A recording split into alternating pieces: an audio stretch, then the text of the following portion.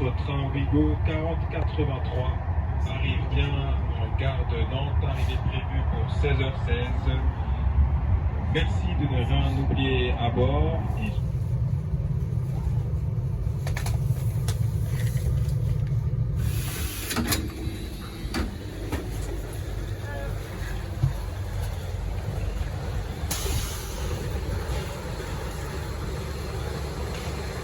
Veliki pozdrav svima.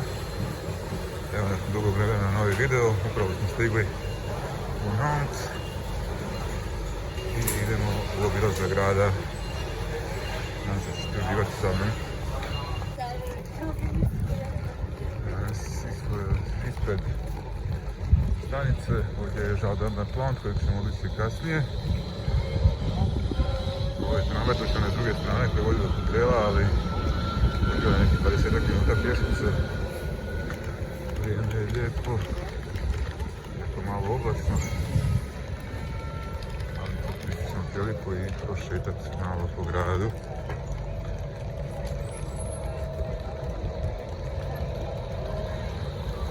Za one koji ne znaju, Nantes se nalazi na zapadu Francuske, blizu ušća rijeke Loire u Atlantski ocean.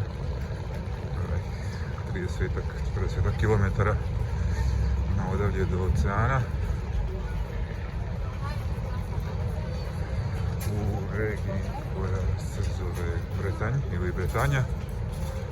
Nije sjedište regije je Rennes i tamo smo bili prošle godine, pa možete pronaći video na mom kanalu. Mi sada idemo prvo vidjeti hotel, smjestiti se i onda možda što ovdje vidimo ove gradske bicikle iskoristiti popodne predveče za jedno snimanje biciklom po Nantesu.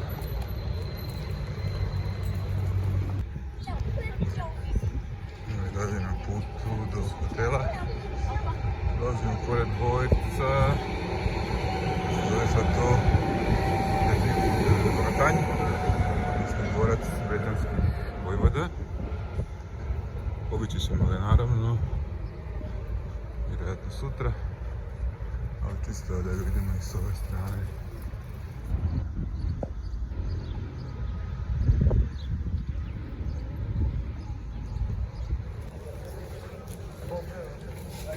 Ovdje smo nedaleko od dvorca. Ulazimo u turističku četvrt Buffet, gdje su uglavnom restorani. Ovaj ovdje naprijed L'Épicerie. Vidjeti. Uglavnom L'Épicerie ovdje. Ovo kojeg sam čuo lijepe stvari. Tako da mislim da ću večeras čak ovdje doći večerat. Još malo trek sa restoranima i ovdje sada ćemo ići kroz ovu ulicu koja je cijela možemo vidjeti i meni što se nudi.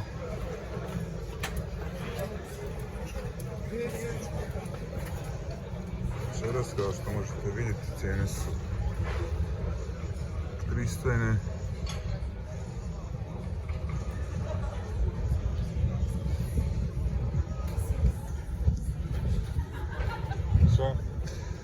Tako da večeras ćemo vjerojatno posjetiti.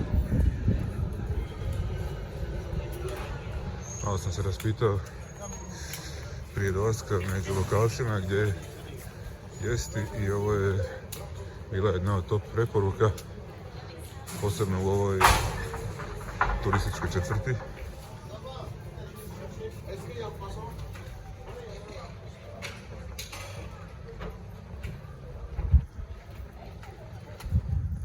Crkva Svetog križa i ispred crkve mali buvljak. Vidjeti što se nudi na buvljaku.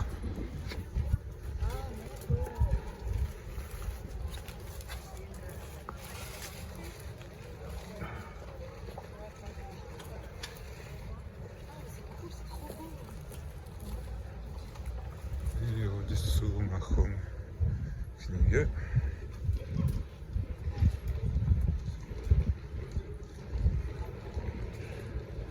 francuskom naravno sve. Pred Starbucks. Ovdje imamo i Galeriju Lafayette koje smo isto već snimili u Parizu. Možete naći među mojim starim videima. A ovo je sami centar, turistička pješačka zona u Nantu.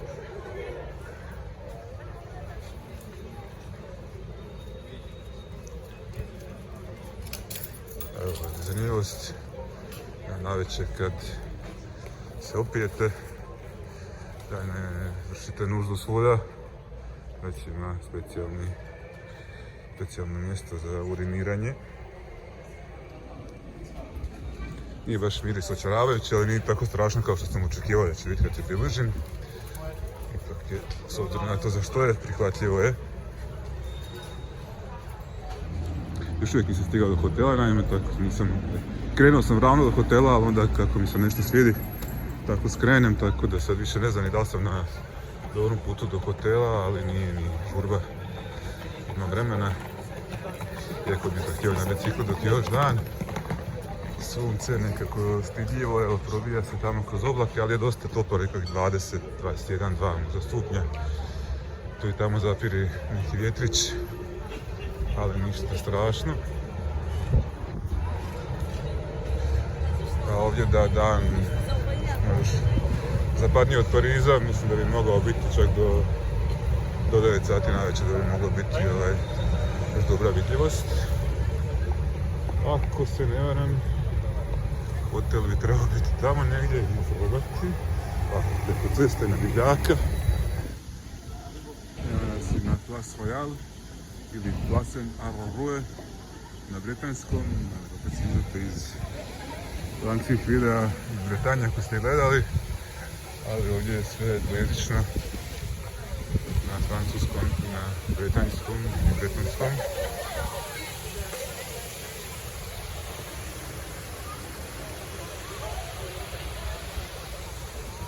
Royal, Kraljevski trg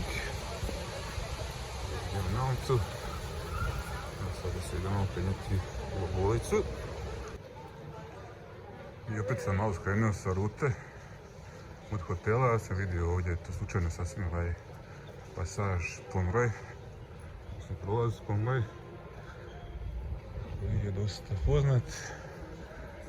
Pa kad smo već tu, ovako nešto slično postoji i u Parizu. Uglavnom su to isto butici i neki antikviteti.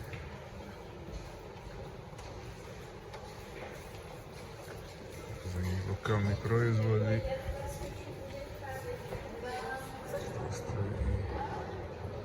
Gore se to nastavlja. Ne se popeti ljetno se čini ovdje gore.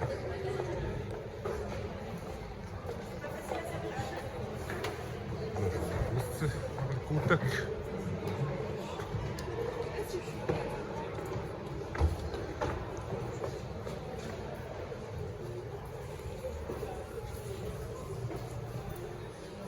Znači, isključivo dućani i to za one malo dulje džepa. Ništa ekstra ekskluzivno, ali ipak i za one koji žive od minimalca ili neke normalne plaće. Idemo se vratiti na pravi put. Se može proći odavdje. Tamo dolje je Place Royale na fontana, popeli smo se ovdje do opere.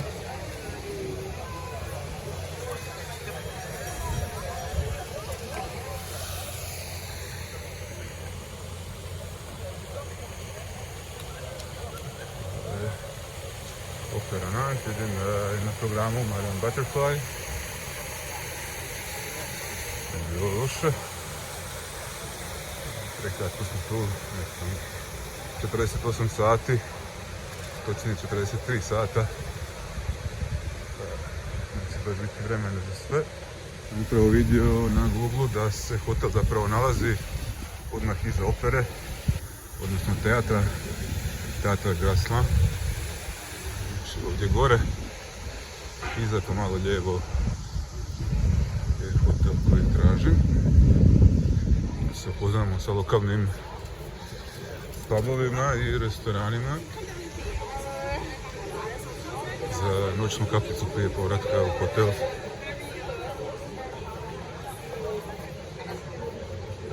Ovdje je odmah imamo i kino.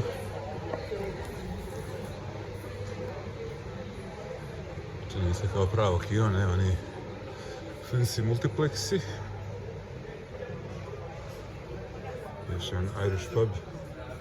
Ima ovih koliko metara od hotela.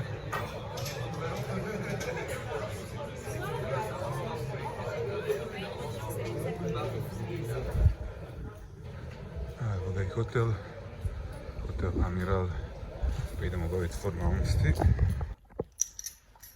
Ne mogu sve proći glatko. Evo nisu našli rezervaciju moju u svom sistemu. Imali su kao neki bug točno tih dana. Ali su našli na bookingu sva sreća i imali su još 2 slobodne sobe. Tako da sam dobio ovu potkrovlju. Pa, ništa spektakularno, ali barem ovako na prvu izgleda čisto. Kraljica, i mene nakrcan s puta. Mini bar, baš bogat.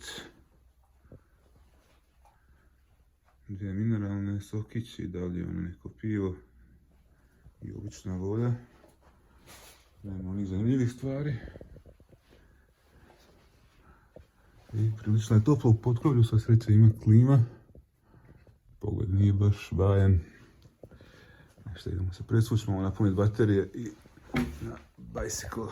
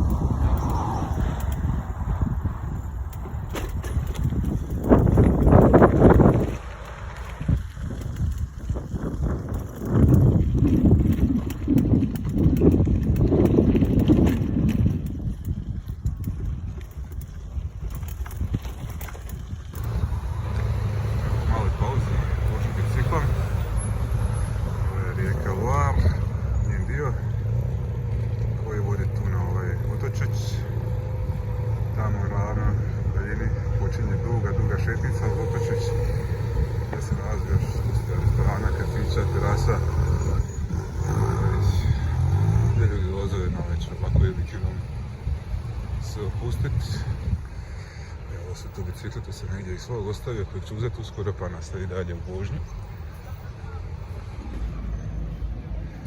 Evo bio sam, još sam gledao da nisam slučajno nešto zaboravio, ali imam torbicu s mobitelom i vodom. I sad sam se sjetio, dalje treba da sam zaboravio kameru koju nađu, žalost, ovdje se ne može, kao što možete vidjeti sami. Nema nigdje, kao obični bicikli, ima se ovdje, ali ovdje je to zaštićeno. Ne mogu baš presvjesiti, pa u vožnji se dosta trese i palja, pa ne znam koliko će biti baš kvaliteta tog videa. Ali vidjet ćemo, nažalost ne mogu znati dok ja ne uploadam na put. Pa idemo sad nastaviti, sva sreća pa je kamera tu i dalje pošteni. Težani. Evo nas nazad u samom centru. Idemo tamo u onaj restorančić kojeg smo vidjeli i koji smo išli do hotela. Nadam se samo da će biti mjesta, kao što vidite, dosta je živo ovdje. Pretpostavljam da je tako i u onoj uličici i na trgu koji se približavamo gdje su bili ovi svi restorančići.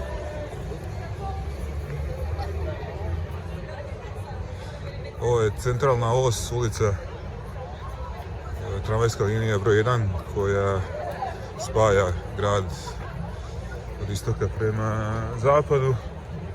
Postoje druge linije koje idu na sjever i jug, tamo prema otočiću koji se nalazi, pa nije čak ni otočić, otok koji se nalazi tamo malo dalje. I ovo je znači sami strogi centar grada, sve kad bi nastavili hodati bili bi za 10 minuta, možda i manje do dvorca. Ovo je sve, vidite, tamo iza u daljini je i cesta, glavna cesta koja spaja istok i zapad. Inače ovaj dio tu sve još dalje tamo gore nekih par stotina metara je pješačka zona. A ovdje je isto prilično živo. Ovdje gdje ovi svi silni ljudi stoje se vrtio onaj prasić popodne kad su prolazili.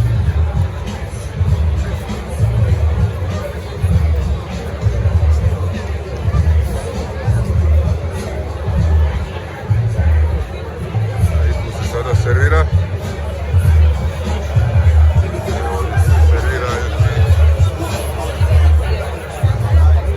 Sljedeći proizvodi.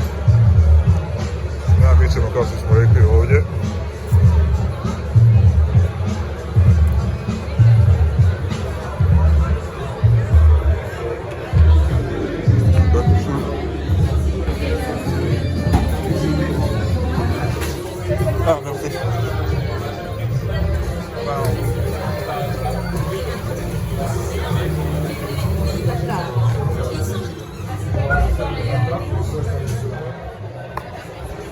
Još malo ove pješačke zone, znači da ovdje nismo prošli, ali se ne čini tako.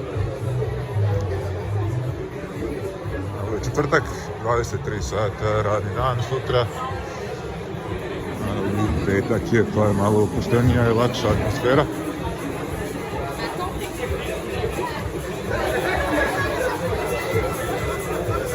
Restorančić je bio odličan.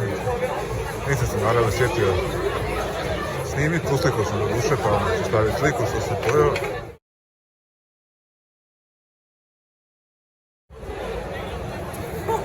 Najbolje.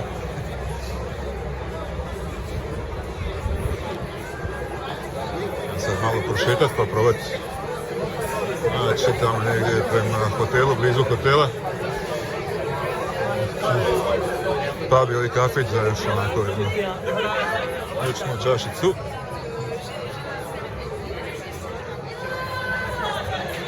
Ima zaista za sve ukuse restorana, od lokalne kuhinje do azijskih, talijanskih, srednje azijskih, recimo to tako je, ovo je trgovina meksička. Burgeri naravno, u svakom čošku. Zaista za svakoga. I više manje svi su puni. Tako je u Parizu došao uglavnom u ovo doba, odnosno u doba večere. Francuzi isto obično nešto kasnije večeraju u odnosu na nas, ne tako kasno kao Španjolci, ali kasnije oni imaju nakon posla tamo 17-18 sati, to zovu apero, a to su obično čašica dvije obiljenog pića uz onako sir, suhomesnate proizvode, nareske, tako da to zameze oko 5-6, pa onda u 8 malo rano večerat, tako da večera bude pola 10, pa i kasnije. Uglavnom, ovdje gore je i privatna zabava. A ja danas kad sam išao prema hotelu nisam ovdje prošao, tako da mislim da bi sam se trebao već davno skrenuti. Ali nema veze. Naći ćemo ga i poslije jako dobrog obroka i vina nije zgore ga malo i prošetati. Ja skrenio sam totalno na drugu stranu, ne baš totalno. Nakrenio sam dobro, ali sam onda malo otišao u krivom smjeru. ali nema veze, tako je najlakše otkriti nešto novo. A inače to mi je omiljeno, umjesto odlazaka u kratkom vremenu onih turističkih znamenitosti koje ćemo obići, ipak najmilije mi se izgubiti u nekom gradu, tako ga je najbolje upoznati. Evo, vratio sam se na pravi put. Ovdje sam zapravo krenuo krivo desno, a trebao sam ići ravno, ali nisam se odupreo zovu sirena i onih restorana i kafića. Sad je više manje samo ravno, pa evo pustimo negdje tamo naći neki bar ili pub da ima mjesta, to je isto pitanje. Pa čak i ovdje, pošto su 23 sata, ima ljudi. Nisam znao što da očekujem za Pariz, to je normalno za Pariz, bilo koje doba dana i noći ćete naći ljude, nam ti ipak puno manji, ali ipak ima ljudi. Evo nas ponovo kod teatra, opere, u klubu Universe, gdje se slavi, evo, kažu, kraj prohibicije, 1933. Auto, nažalost tu ne možemo, jer je vrlo striktan dress code, znači moramo se obući kao iz 1933. Tako da ja sa svojom majicom, sa likom i dijelom Miša Kovača ne mogu ući, ali ja barem ćemo proći i snimiti atmosferu. Prilično ispoštovali dress code.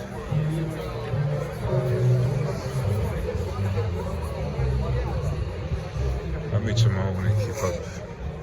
I to bi bilo sve u ovoj epizodi, a u sljedećoj ćemo prošetati zajedno botaničkim vrtom koji se nalazi odmah preko puta glavnog kolodvora.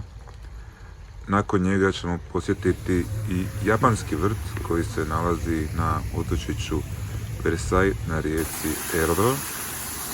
Pojest ćemo naravno i tradicionalne sicilijanske arančine i supli iz okolice Rima u srcu Britanje. Provozat ćemo se malo lokalnim tramvajem uz rijeku Erdro kako bi stigli do onog otoka s japanskim vrtom. I za kraj ćemo se provozati turističkim vlakićem uz kojeg ćemo obići sve najvažnije znamenitosti. Hvala vam na gledanju i vidimo se za koji dan.